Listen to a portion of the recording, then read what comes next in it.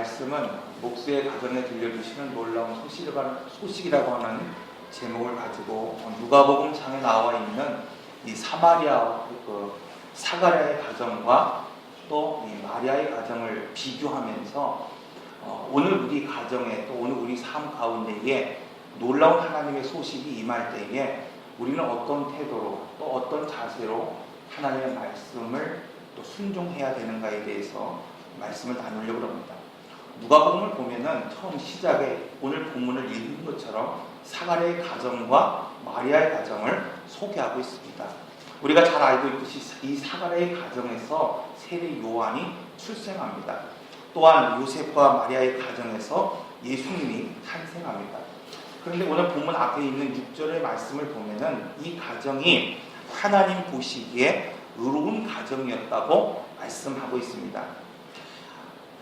사가랴와 엘리사벳 이 둘 다 하나님 보시기에 의로운 사람이어서 주의 모든 계명과 규례를 흠 잡을 데 없이 잘 지켰다고 본문 6절은 말씀하고 있습니다. 여러분, 그들이 죄가 없는 완전한 사람이 아니었습니다. 그럼에도 불구하고 하나님은 이 가정을 통해서 의롭다 말씀하고 있습니다. 여러분, 오늘 우리가 하나님 보시기에 완전한 사람이 있을 수 있겠습니까? 오늘 우리가 행하는 모든 것이 죄일 뿐이고 아무리 오늘 우리가 신실하게 살아간다 할지라도 하나님 앞에 오늘 우리는 죄인일 뿐입니다. 그러나 하나님은 이 사가랴의 가정을 지금 의롭고 경건한 가정이라고 말씀하고 있습니다. 이처럼 하나님은 역사를 변화시키는 놀라운 일을 하실 때 바로 경건한 가정을 선택한다는 사실을 우리는 기억해야 합니다. 물론 불경건한 가정에서 하나님의 사람이 세워지지 않는 것은 아닙니다. 그러나 하나님은 특별히 오늘 우리 삶 가운데에 교훈하시고 역사하실 때에 반드시 의로운 그리고 경건한 가정을 통해서 역사하신다고 말씀하고 있습니다. 오늘 본문은 400년의 침묵을 깨고 나타나신 하나님에 대해서 반응하는 두 가정의 모습을 설명하고 있습니다. 우리는 흔히 이 말라기서부터 세례 요한의 이 시기, 즉 구약과 신약 사이의 이 시기를 약 400년이라는 시간으로 보고 있습니다. 이 시기를 우리는 보통 암흑기라고 말하고 또 침묵의 시간이라고 말합니다. 그 이유는 이 400년 동안 하나님의 계시가 있지 않았기 때문입니다. 여러분, 그러므로 암흑의 시기는 다른 데 있는 것이 아닙니다. 하나님의 말씀이 주어지지 않는 시대가 암흑기입니다. 여러분, 오늘 우리가 아무리 풍요로운 삶을 지금 살고 오늘 우리가 아무리 넉넉한 삶을 오늘 우리가 이 시대에 살아갈지라도 하나님의 말씀이 내 가정에 주어지지 않는다고 한다면 그것이 암흑기입니다. 여러분, 아무리 오늘 우리가 부유한 삶을 산다고 할지라도 하나님의 말씀이 오늘 우리에게 들려지지 않는다고 한다면 그것이 바로 오늘 우리 가정의 암흑기가 되는 것입니다. 자, 하나님의 계시가 임하지 않는 시대는 그러므로 어느 시대를 막론하고 어떤 사람을 막론하고 그것은 바로 불순종한 시대임을 오늘 우리는 깨달을 수 있어야 됩니다. 엘리야가 이 바알의 선지자 450명과 함께 이제 대결을 하게 됩니다. 3년이 넘게 가뭄이 들었을 때에 이 아합이라고 하는 왕은 그 책임을 바로 엘리야에게 돌렸습니다. 왜냐하면 그가 하나님께 기도하여 비가 내리지 않게 했기 때문입니다. 여러분, 오늘 우리가 살아가면서 간혹 이 아합과 같은 행동을 할 때가 너무나 많이 있습니다. 삶의 어려운 문제, 또 막막한 문제, 인생의 가뭄과 어두움이 바로 엘리야에게 있었던 것이 아니라 바로 불경건히 살아갔던 그 시대의 사람들에게 있었음을 성경은 말씀하고 있습니다. 이처럼 암흑기는 하나님이 그들을 버리시고 계시하지 않는 그 이유가 사람들이 불경건하여 하나님을 떠났기 때문이라고 오늘 우리에게 말씀하고 있습니다. 그런데 하나님은 이러한 침묵과 어둠을 깨고 믿기 어려울 만큼 놀라운 소식을 경건한 가정에게 400년 만에 계시했다고 오늘 본문을 통해서 우리에게 말씀하고 있습니다. 오늘 본문을 통해서 우리가 이러한 놀라운 소식을 접하여 들을 때에 우리는 지금 어떻게 반응해야 합니까? 오늘 본문은 첫째, 제사장의 가정에 들려주는 놀라운 소식이 있었다고 말씀하고 있습니다. 본문은 사가랴의 가정이 제사장의 가정이었고 당대의 가장 경건한 가정이었다고 지금 우리에게 소개하고 있습니다. 그러나 경건하였지만 믿음이 없는 가정이었습니다. 그런데 성경은 이렇게 의롭고 경건한 사가랴가 하나님의 말씀을 듣고 지금 믿지 않았다고 기록하고 있습니다. 사가랴는 대제사장이었습니다. 경건한 사람이었습니다. 성경에 보니까 그는 규례를 순종하는 사람이었다고 말씀하고 있습니다. 그가 분양하러 갈 때에 가브리엘 천사가 사가랴와 엘리사벳의 기도가 응답되었다고 말씀하고 있습니다. 본문 14절에서 가브리엘은 너도 기뻐하고 즐거워할 것이요 많은 사람도 그의 태어남을 기뻐하리니라고 계시합니다. 그런데 놀라운 것은 이 경건한 사가랴가 18장에서 내가 이것을 어떻게 알리오? 내가 늙고 이미 아내는 나이가 많았다고 반박하고 있습니다. 이처럼 사가랴가 엘리사벳은 의롭고 경건했지만 하나님의 천사가 전해주는 좋은 소식을 믿지 못했습니다. 오늘 이 내용을 보면 천사는 기도가 응답되었다고 지금 이 사가랴에게 말하고 있습니다. 그러나 기도했던 이 사가랴는 그 말씀을 믿을 수 없다고 오히려 대답하고 있습니다. 여러분, 왜 경건한 사가랴가 이 가브리엘 천사가 아기가 태어날 것이라고 전한 이 말을 믿지 못했을까요? 그 이유는 믿지 못할 정도로 놀라운 소식을 지금 우리에게 전해주고 있기 때문입니다. 여러분, 오늘 우리가 기도하는데 믿음을 가지지 못하고 기도할 때가 있습니다. 삶이 힘들어서 기도하고 삶이 어려워서 기도하고 오늘 우리 신앙이, 오늘 우리 믿음이, 가정이 회복되기를, 새롭게 되기를 기도합니다. 그러나 오늘 우리는 기도하면서도 그것이 그렇게 되어질 줄 믿지 못하고 기도합니다. 기도했기에 응답해 주셨고 오늘 우리에게 분명하고 선명한 사인을 주셨음에도 불구하고 그것을 보면서도 오늘 우리는 의심하며 살아가고 있습니다. 사도행전 12장의 말씀을 보면 베드로가 옥에 갇혔을 때에 초대교회에 온 성도들이 그가 그 감옥에서 나올 수 있도록 기도했다고 말하고 있습니다. 밤이 새도록 베드로가 나올 수 있도록 기도했던 그들에게 하나님은 옥문을 여셔서 이 베드로를 구원해 주셨습니다. 그리고 기도하는 그 집에 찾아가 문을 두드렸을 때에 모든 사람이 그 베드로의 음성을 듣고 귀신이라고 여겼다고 말하고 있습니다. 여러분, 사가랴는 기도하였고 하나님의 응답하셨다고 말씀하고 있습니다. 그런데 문제는 그 응답을 지금 믿지 못하는 것이 바로 문제입니다. 아니, 다른 각도로 해석하면 의롭고 경건한 자에게 주시는 하나님의 응답이 이처럼 우리가 믿기 어려울 만큼 놀라운 소식이었다는 사실입니다. 둘째로 목수의 가정에게 들려주시는 놀라운 소식이 있습니다. 천사 가브리엘은 사가랴와 엘리사벳에게 요한의 탄생을 알린 후에 오늘 본문 26절 이후에 보면은 마리아에게 나타나 좋은 소식을 주는 장면을 보여주고 있습니다. 제가 이것을 하나의 표로 만들어서 비교할 수 있도록 한번 여러분들에게 보여드리고 있습니다. 여러분, 사가랴가 주님의 음성을 들었던 장소가 어디입니까? 거룩한 곳, 하나님의 임재가 있는 성소였습니다. 그는 대제사장이었습니다. 그리고 사가랴가 들었던 소식은 그가 간구하고 기도했던 자녀를 낳을 수 있다고 하는 좋은 소식이었습니다. 응답을 받았습니다. 그런데 그의 반응은 어땠습니까? 그 말씀을 믿지 못하는 불신이었습니다. 여러분, 그러나 마리아는 어떻습니까? 마리아는 성소와는 비교할 수 없는 초라한 자기의 집이었습니다. 하나님의 임재가 있을 거라고는 상상할 수 없는 그 집에서 천의 몸으로 그 당시의 전통과 통념으로는 이해할 수 없는 처녀가 아이를 낳는다고 하는 너무나 충격적인 소식을 그가 접했습니다. 그러나 성경은 오늘 말씀을 통해서 말씀하고 있습니다. 그러나 그녀는 바로 하나님의 말씀 앞에 순종하였다는 것입니다. 아무리 경건한 자여도 혼란스럽고 의심할 수밖에 없는 상황이었습니다. 그런데 마리아는 그런 상황에서 하나님의 말씀에 순종하였습니다. 마리아는 재벌집에 태어난 것이 아닙니다. 권세 있는 집안에 태어난 것도 아닙니다. 가난한 시골의 처녀에 불과했습니다. 누가복음 2장 22절에서 24절의 말씀을 보면 이 마리아가 아들 예수를 낳은 이후에 정결 예식을 드릴 때에 예법에 따라서 어린 양을 드리지 못하고 비둘기로 드렸다고 말씀하고 있습니다.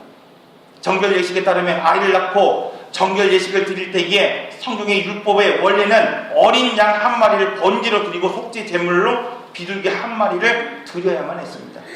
그런데 돈이 없어서 어린 양을 준비하지 못하는 사람은 단지 비둘기로 대신할 수 있다고 말씀하고 있습니다. 이것을 미뤄볼 때 마리아의 삶은 여유가 없는 그저 평범한 어려운 처지의 여인이었습니다. 그러나 이와 같은 평범한 여인이 이 마리아의 고백은 결코 평범하지 않았다고 오늘 본문은 우리에게 말씀하고 있습니다. 마리아가 이르되 주의 여정연이 말씀대로 내게 이루어지리다 하며 천사가 떠나가니라. 여러분, 그 당시에 처녀가 결혼하지 않고 애를 가지면 율법에 의하여 돌을 맞고 죽게 되어 있습니다. 그런데 마리아는 내게 어떠한 위협이 지금 온다 할지라도, 내게 어떠한 어려움이 닥친다 할지라도 이것이 주님의 뜻이라고 한다면, 주님의 말씀이라고 한다면 내가 지금 순종하겠다고 고백하고 있습니다. 주님의 뜻이 나에게 말씀대로 이루어지기를 원합니다.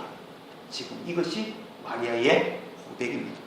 오늘 말씀을 통해서 우리가 깨닫게 되는 것은 첫째, 하나님의 은혜는 고난 중에 찾아온다는 것입니다.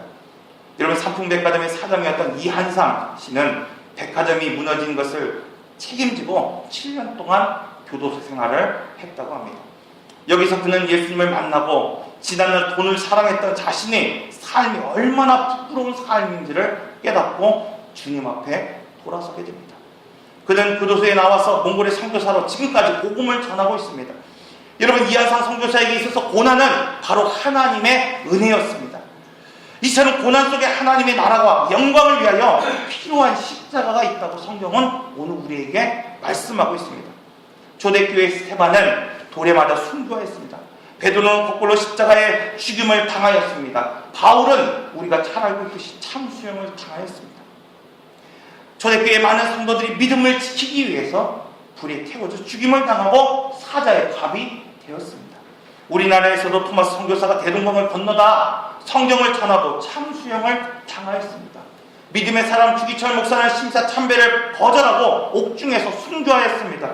우리가 잘 알고 있는 손양환 목사는 자신의 두 아들을 죽인 그 사람들을 양자로 삼는 그 고난을 겪었습니다.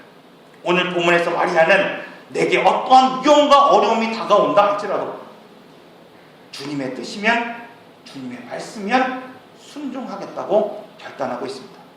한국교회는 하나님의 응답이 없어서 지금의 고난을 겪고 있는 것이 아닙니다. 고난 중에 찾아오신 하나님의 말씀을 지금 불신하고 있기 때문에 고난인 것입니다. 여러분, 오늘 우리의 삶이 고난 중에 있는 것은 하나님의 응답이 없고 하나님이 침묵하시기 때문이 아닙니다. 하나님은 지금 사가랴에게 말씀하시듯이 오늘 우리의 가정에 지금 말씀하고 계십니다. 하나님은 오늘 우리의 삶 가운데에 여전히 말씀하고 있습니다. 문제는 그 말씀을, 그 응답을 우리가 지금 불신하고 사가랴와 같이 믿지 않고 있기 때문입니다. 그러므로 내가 바라는 기도에 응답이 와도 못 믿는, 불신하는 이 사가랴와 같은 삶을 오늘 우리는 살아서는 안 됩니다. 마리아와 같이 평범한 삶을 지금 오늘 우리가 살아도, 오늘 우리가 좀 부족한 삶을 살아도 비상한 믿음을 소유할 수 있어야 합니다. 고난이든 역경이든 주님의 뜻이고 말씀이라고 한다면 내가 지금 따르겠다고 하는 믿음을 가지는 오늘 우리가 되어야 하는 것입니다.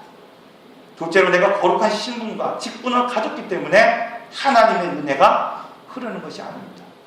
어느 날 예수님이 바리새인의 집에 초청을 받아서 가게 되었습니다.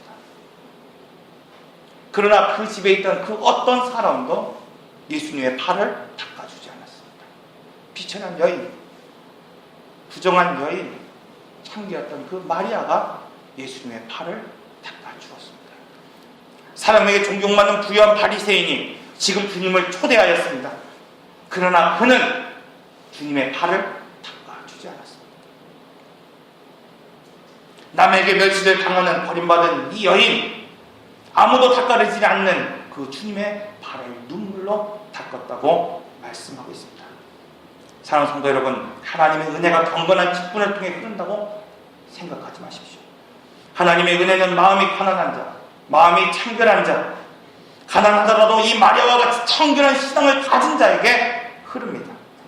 주님을 초대하고 초청했을지라도 지금 내 마음 가운데에 주님을 모실 만한 방을 만들어 놓지 않는다고 한다면, 주님을 오늘 우리가 기대하고 초대하고 받아들이기로 결단하고 그분을 모시기로 작정하였을지라도 지금 그분 앞에 겸손하게 나갈 수 있는 마음이 오늘 우리에게 없다고 한다면, 사가랴와 같이 오늘 우리는 입이 있어도 벙어리가 되어 하나님을 찬양할 수 없습니다. 그러나 대지종과 같이 초라한 여인이어도 주님의 말씀을 믿고 주님의 뜻을 지금 쫓아 살아간다고 한다면 그 작은 입술로 주님을 찬양하게 되는 것입니다. 여러분, 그 작은 몸으로 인류를 구원할 예수님을 잉태하며 품을 수 있게 되는 것입니다. 여러분, 오늘 우리가 하나님을 믿고 하나님의 뜻을 쫓아 살기로 결단하면 오늘 우리의 작은 입으로 주님을 찬양할 수 있습니다. 여러분, 오늘 우리의 가정이 초라하고 비참하고 마리아와 같이 보잘것없는 인생이고 가정일지라도 오늘 우리의 몸으로 믿음의 사람들을 피워낼 수 있습니다. 오늘 우리의 자녀들을 믿음의 사람으로 키워낼 수 있다고 성경은 우리에게 말씀하고 있습니다. 그러므로 오늘 우리는 마리아와 같이 이 청결한 믿음을 가질 수 있어야 합니다. 가난해도 연약해도 이 마리아와 같이 청결한 믿음을 가지면 주님의 은혜를 찬양할 수 있고 주님의 뜻을 이루는 믿음의 삶을 살 수 있게 되기 때문입니다. 셋째로, 거룩한 장소에 오늘 우리가 있다고 해서 믿음의 삶을 사는 것이 아니라고 오늘 본문은 우리에게 말씀하고 있습니다. 여러분, 많은 사람들이 여전히 거룩한 곳을 찾아다닙니다. 이곳에 가야 거룩한 하나님의 임재를 경험한다고 여깁니다. 성경에 세 가지의 성전이 있습니다.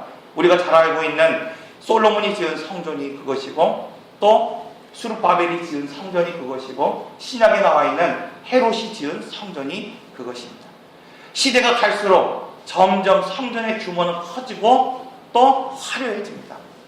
그러나 분명한 사실은 점점 예배하는 예배자가 없어진다는 사실입니다. 다윗의 장막이라고 하는 책을 보면 하나님이 기뻐하는 성전은 화려하고 꾸며진 성전이 아니라 하나님을 기뻐하는 사람이 있는 초라하지만 천막으로 된 장막이지만 다윗의 장막이었다고 말하고 있습니다. 여러분, 왜 하나님이 화려하지 않은 다윗의 장막을 기뻐하는 성전이라고 말하고 있습니까? 아무리 오늘 우리의 가정이 화려하게 꾸며져 있다고 할지라도, 아무리 오늘 우리의 모습이 화려하게 치장되어 있다고 할지라도 그곳에 하나님이 기뻐하는 모습이 없다고 한다면 하나님의 임재는 나타나지 않습니다. 떨기나무 가운데 하나님은 모세를 만나 주셨습니다. 메마른 강야에서도 하나님은 불기둥으로 임재해 주셨습니다. 오늘 본문은 가난한 마리아의 집에 주님이 찾아오셨다고 말씀하고 있습니다. 교회가 작아도 오늘 우리의 삶이 화려하게 꾸며지지 않는다고 할지라도 그곳이 하나님이 기뻐하는 곳이라고 한다면, 그곳이 하나님이 기뻐하는 기도의 사람이 있고 하나님을 즐거이 찾는 믿음의 사람이 오늘 있다고 한다면 그것이 바로 오늘 은혜의 장소라고 말씀하고 있습니다. 오늘 많은 사람들이 은혜 받을 곳이 어디인가 찾고 있습니다. 오늘 여러분이 은혜 받을 곳은 어디입니까? 크고 화려한 교회입니다. 초라하지만 규모는 작지만 여전히 소중하게 여기는 여러분의 마음이라고 말씀하고 있습니다. 여러분의 가정이고 섬기는 교회라고 말씀하고 있습니다. 성소에 아무리 있어도 오늘 우리가 지금 믿음을 가지지 못한다고 한다면 오늘은 불신하는 삶을 살아갈 수밖에 없습니다. 여러분, 초라한 가정에 오늘 우리 있을지라도, 초라한 삶을 오늘 우리가 살할지라도, 어려운 가운데 오늘 우리가 몸부딪히며 살아갈지라도 오늘 우리가 믿음을 가지면 오늘 우리는 구원의 역사를 써내려갈 수 있다고 성경은 오늘 우리에게 말씀하고 있습니다. 말씀을 정리합니다. 오늘 본문의 말씀을 통해서 우리는 사가랴의 가정과 마리아의 가정을 보았습니다. 성경은 이 두 가정이 다 경건한 믿음의 가정이라고 말씀하고 있습니다. 불순종한 이스라엘 백성들을 향하여 400년 동안 침묵하셨던 그 하나님이 놀랍게도 이 두 가정을 통하여 은혜를 베푸시고 놀라운 계시의 말씀을 베풀어 주십니다. 그런데 사가랴는 제사장이었고 성소에서 계시를 받았음에도 불구하고 믿지 못했다고 말하고 있습니다. 그러나 마리아는 처녀였고 감당할 수 없는 충격적인 하나님의 말씀을 들었지만 그 초라한 집에서 주님의 뜻을 쫓고 그 하나님의 말씀에 순종하였다고 말하고 있습니다. 이 말씀을 통해서 하나님은 은혜는 고난 중에 찾아온다고 말하고 있습니다. 여러분, 힘들고 어려울 때 주님은 오늘 우리에게 응답해 주십니다. 둘째로, 내가 거룩한 신분과 직분을 가졌기 때문에 하나님의 은혜가 흐르는 것이 아니라고 말하고 있습니다. 여러분, 오늘 우리가 평범한 삶을 살아가고 있습니다. 여전히 마리아와 같이 비천한 삶을 살아가고 있습니까? 하나님의 은혜는 그곳에 흐른다고 말씀하고 있습니다. 셋째로, 거룩한 장소에 있다고 해서 믿음의 삶을 살아가는 것은 아니라고 말하고 있습니다. 여러분, 내 삶의 자리에서 내가 거룩한 하나님의 삶을 살아가면 그것이 거룩한 땅이 된다고 말하고 있습니다. 광야 같은 삶을 살지라도 하나님을 예배하는 그곳이 바로 거룩한 장소라고 말씀하고 있습니다. 여러분, 여러분의 삶의 장소를 성전으로 만드시기 바랍니다. 여러분의 가정을 기도의 장소로 만드시기를 바랍니다. 그럴 때 이런 놀라운 소식을 들을 때에 마리아와 같이 순종하고 결단이 될 줄 믿습니다. 이러한 가정이 또 이러한 삶이 되시기를 바랍니다. 다 같이 기도하겠습니다. 인내하신 곳에 주여 내 말 들으사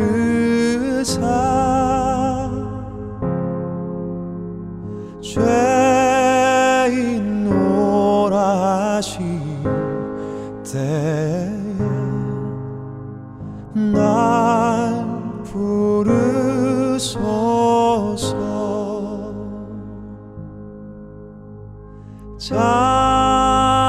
자비하신 보좌 앞에 꿇어 엎드려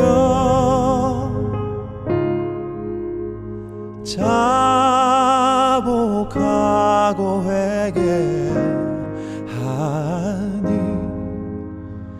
믿음 주소서.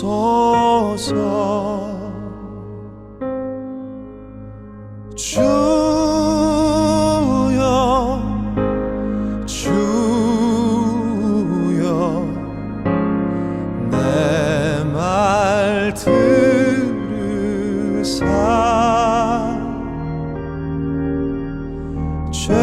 죄인 오라 하실 때에 날 부르소서.